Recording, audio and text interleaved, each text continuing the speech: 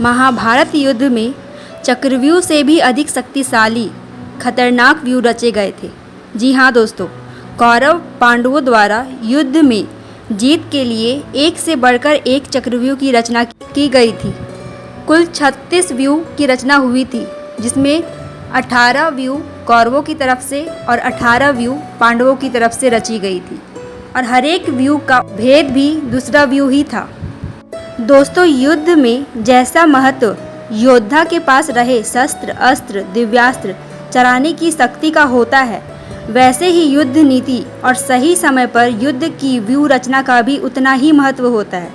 इतिहास में बड़े से बड़ा योद्धा कई बार श्रेष्ठ व्यूह रचना के सामने बेबस होकर युद्ध हार गए हैं। दोस्तों, क्या आप अभी भी चक्रव्यूह के अलावा और किसी व्यूह के बारे में जानते हैं?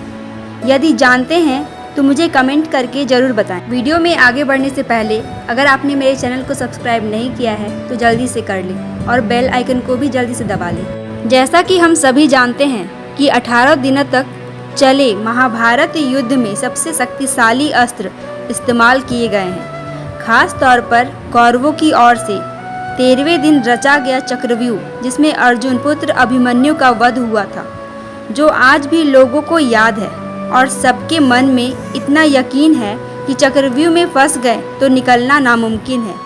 आज भी कई जगह कुछ गंभीर हालातों में लोग चक्रव्यूह की मिसाल देते हैं, लेकिन क्या आप जानते हैं महाभारत काल में चक्रव्यूह से भी खतरनाक कई व्यूह रचे गए थे। जी हाँ दोस्तों, महाभारत युद्ध के दौरान दोनों पक्षों की ओर से कई खतरनाक व्यूह रचे गए थे, जिसमें यह 12 प्रमुख व्यूहों की रचना की गई थी, जिसके बारे में हम आज विस्तार से जानेंगे। पहला है सर्वतोमुखी दंडव्यूह।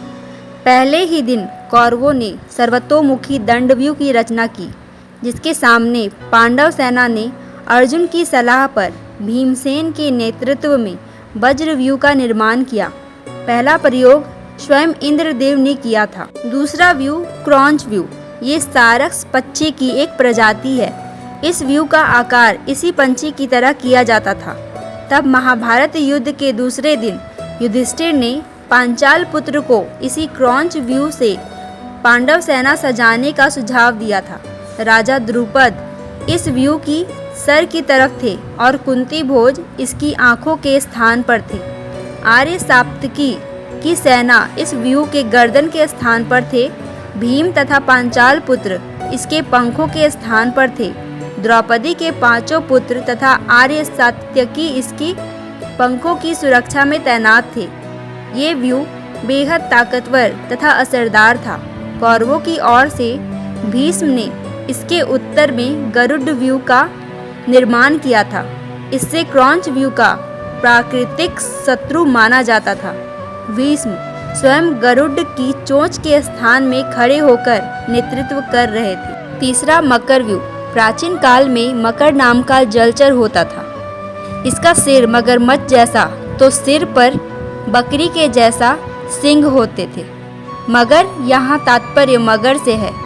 महाभारत के इस व्यूह की रचना कौरव और पांडव दोनों ने ही किया था। चौथा चक्रव्यूह। चक्रव्यूह आसमान से देखने पर घूमते हुए चक्र समान लगता है।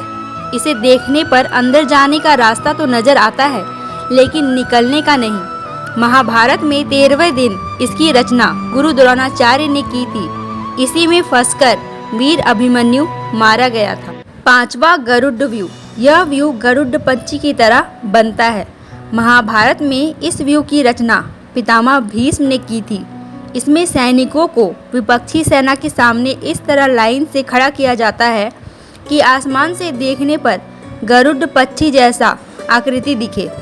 भीष्म उस व्यूह में अग्रभाग में चोंच के स्थान पर खड़े हुए। आचार्य द्रोण और यदुवंशी कृतवर्मा दोनों नेत्रों के स्थान पर स्थित हुए। यशस्वी वीर अश्वत्थामा और कृपाचार्य शिरोभाग में खड़े हुए थे।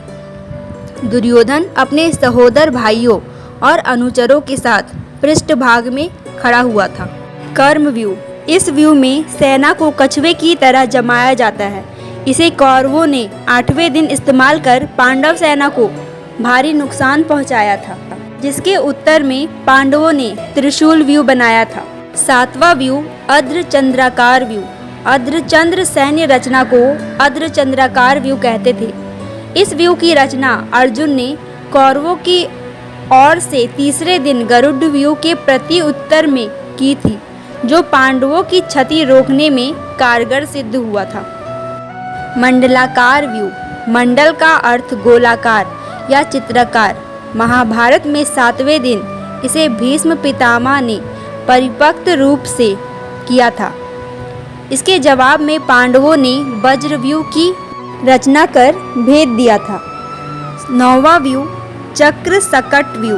अभिमन्यु की निर्मम हत्या के बाद अर्जुन ने शपथ ली थी कि जयद्रथ को सूर्यास्त के पूर्व मार दूंगा।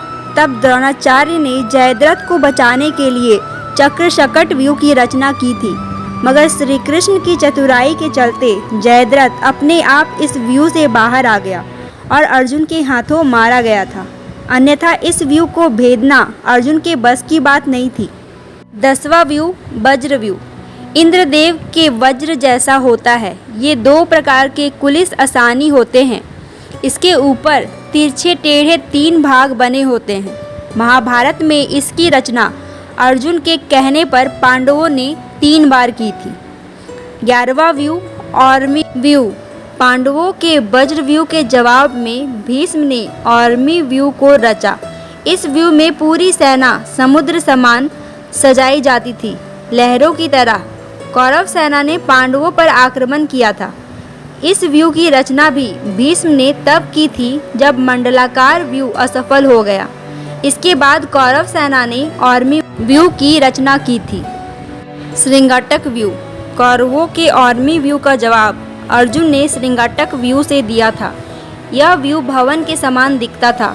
इसे 3 शिखरों वाला व्यू भी कहा जाता है।